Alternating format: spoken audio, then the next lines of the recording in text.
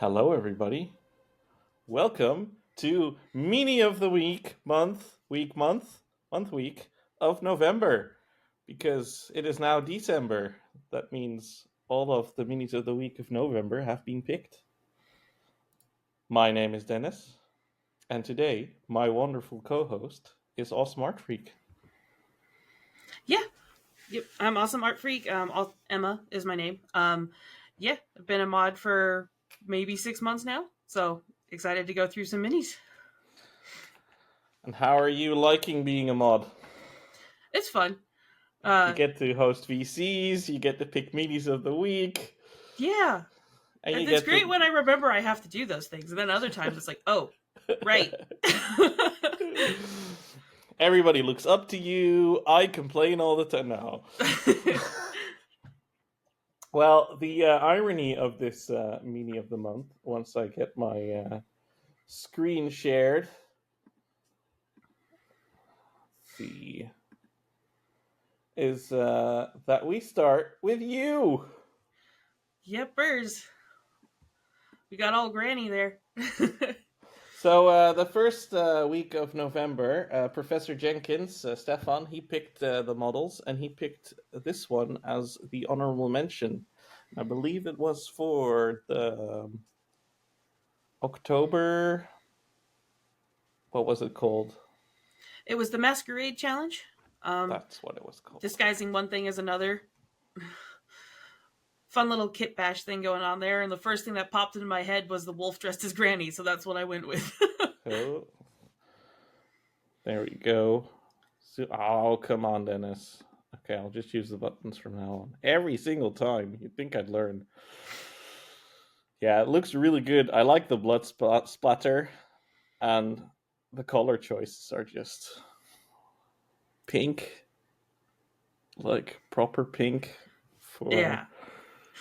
Granny. Yeah, that was fun. And then the whole dress itself I made from epoxy sculpt, and it like actually cracked and wrinkled on the edges like that on its own. I'm like, I'm just gonna leave it like that because it's a wolf who tried to put on Granny's clothes. So that's bloody beautiful. And then the blood spatter. Oh,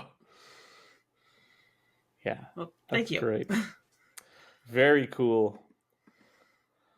And next up, oh, beautiful MrBeige. Yeah, Stu, he finished some Chaos Cultists. And that guy, he's just such a good painter. He also takes so long painting his miniatures. Yeah. Well, I mean, the results show there, and then I really like the contrast with the green and red because sometimes the first thing you think of green and red is Christmas. You don't want your mini to look like Christmas. These definitely don't look like Christmas. No, they do not. I love the desaturated gray greens that he used with the reds. It works really well. And the highlights, just look at that. The arm, just how bright to how dark he goes. So good. Yeah. And all the foliage on the bases. Mm-hmm. Now, I believe, but I'm not 100% certain, so he will shoot me if I get this wrong, which is fair. I think these were from last year's March of Armies. So that means it took him just under 11 months to paint these. But to be fair, he did move to another continent. So we should give him some put a bit of a break in there for him. Just a little one. But yeah, lovely work. Beautiful group. Good choice by Stefan. And then the winner of the mini of the week was Tyke with this beautiful orc. And man, that yellow slaps. Yeah, the way that yellow pops. Like, to get yellow to pop like that is hard. But he did a really great job on that yellow. I also like his style. Mm-hmm. It really feels kind of not like comic or drawn rather than realism for like the NMM. Yeah. It's got kind of that cell shaded almost. Yeah, it vibe. Reminds me a little bit of World of Warcraft and stuff like that. And I'm there for that. I really like the NMM, how muted it is. And then checkerboard stuff. So much going on this miniature. There's even a squig that he's standing on. Those poor squigs, man. They love They it. get put through it sometimes. And then the eyes. And it's just the whole facial expression. How much color depth he's created in that. Mm-hmm. Good job, Tyke. Yeah, it's really pretty mini. And then the week afterwards, it was Lilith's picks, and Alfred Lucas with some Old Hammer is the first honorable mention. And I do love me some Old World, Old Hammer stuff. I really like that black and white spider. It's giving me Tim Burton vibes, so I'm just yeah, those great Tim Burton vibes, man. Oh yeah, no, I can see that.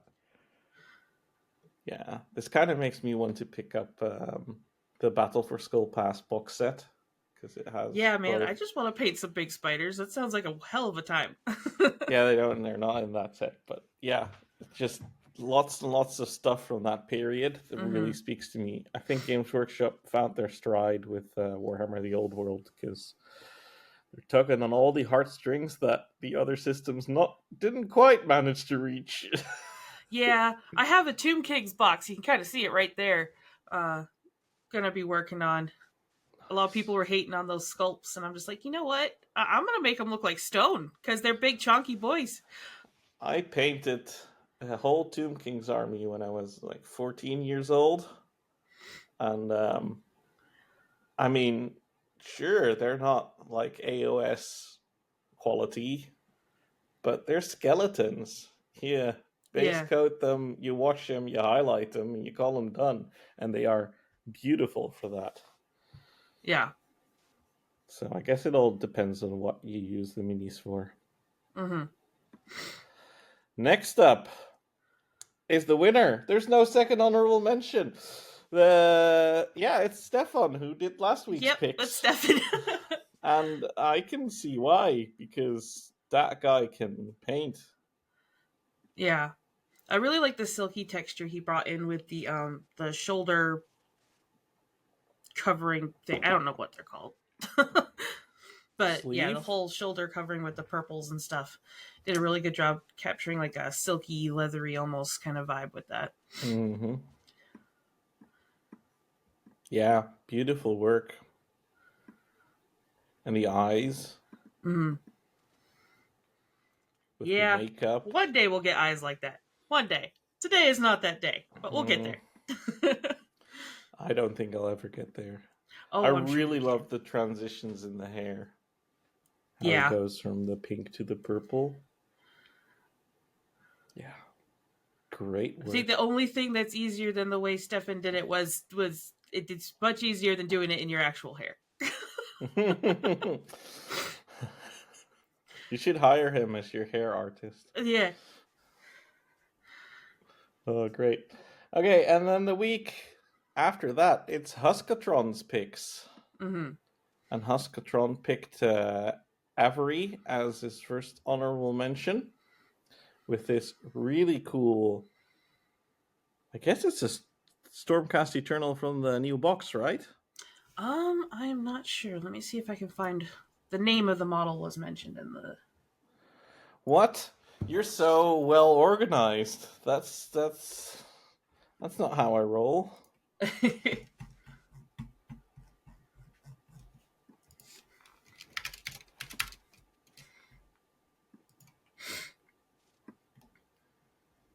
Yeah, it's a really cool black robes.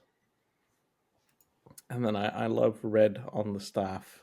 All mine have that too. It's a really nice texture that you can highlight. Yeah. I think it's a really cool model in general. And this just kind of makes me want to paint it more. Yeah. Solid golds and silvers. Not too bright. Nice and weathered. Yeah, I like it. Yeah, so that is the Lord Relictor. I believe it. I'm guessing this is the Relictor and this is the Lord. Yeah. I have a Stormcast army. I know nothing. Yeah, I have. I like the undead ones, so I have the Soul Blight is what I'm Hmm. working on for March of Armies, and then the stretch goal I have is the Night Haunt. So That's neither of that is Stormcast Eternals. nope, that's the Did other you? side. The Stormcast don't like them. No. No, I'm getting the Scaventide box next week, Oh, finally. nice. Hmm. Debatable. Bad choices were made, but it's happening. So I think the model is in that box, but maybe I'll remember to get back to you guys on that next beanie of the month. Who knows? And the next honorable mention is for Robert with this really cool Space Wolf.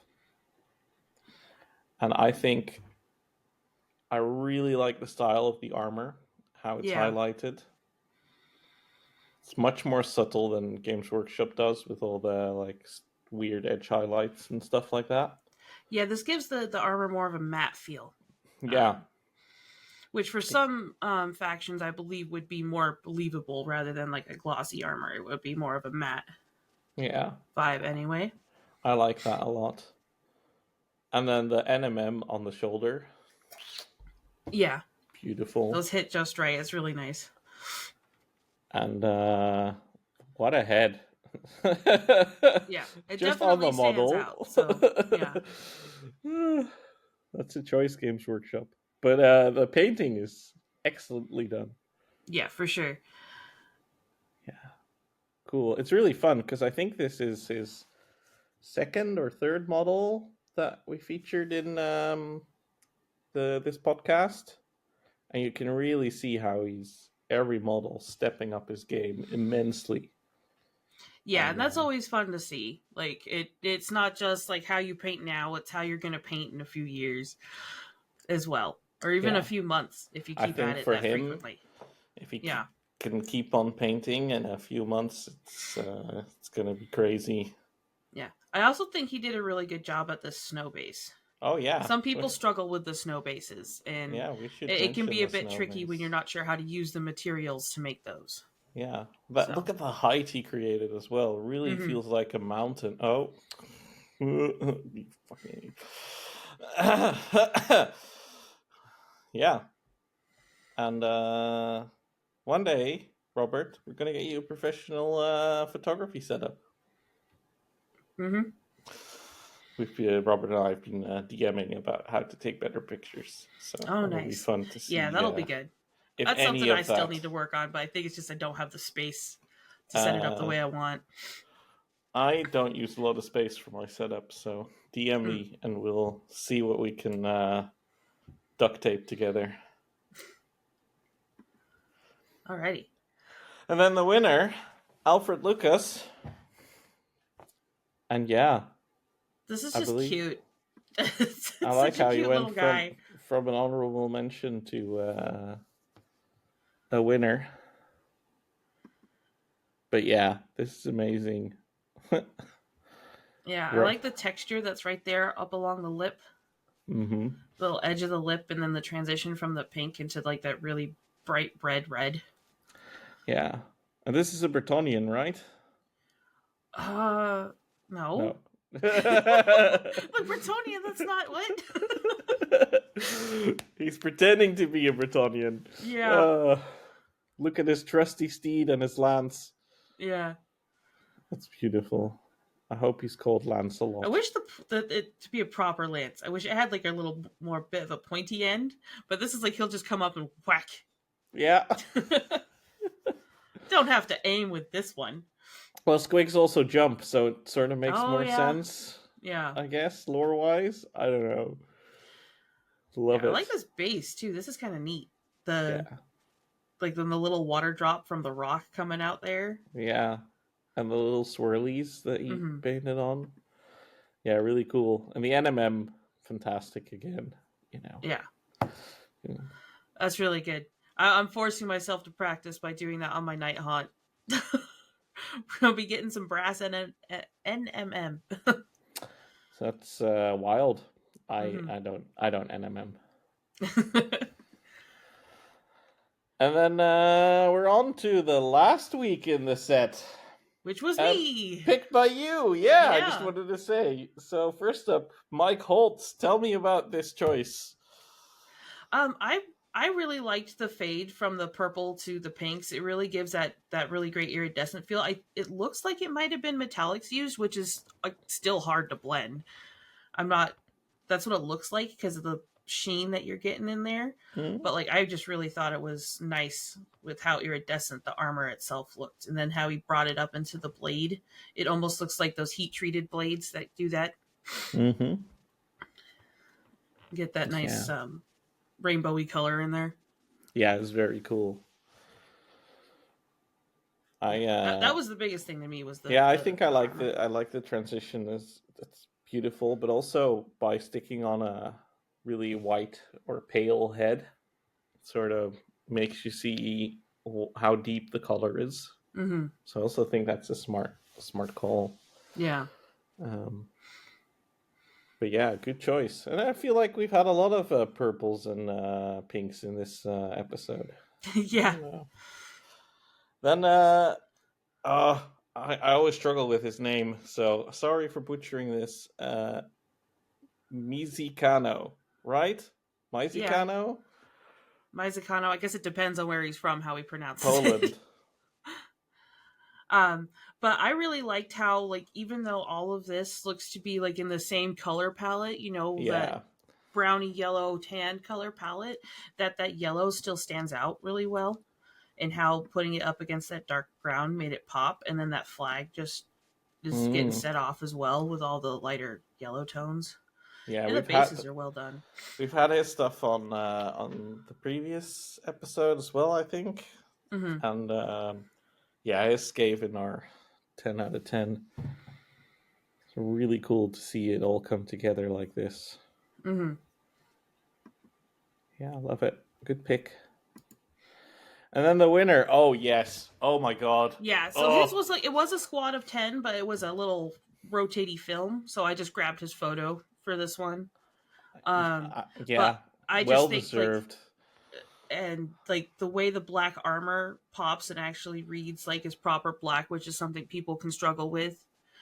And then the rather than being like a white, it's that little cream. I just thought that these would really pop if you saw them in person on there. Yeah, and he painted all of One. this in a couple of weeks, right? No. So his original post was for a part of this army. It Mm-hmm. was 10 models, uh, but he didn't have a photo of just the 10. He had a Oh. video of just the 10.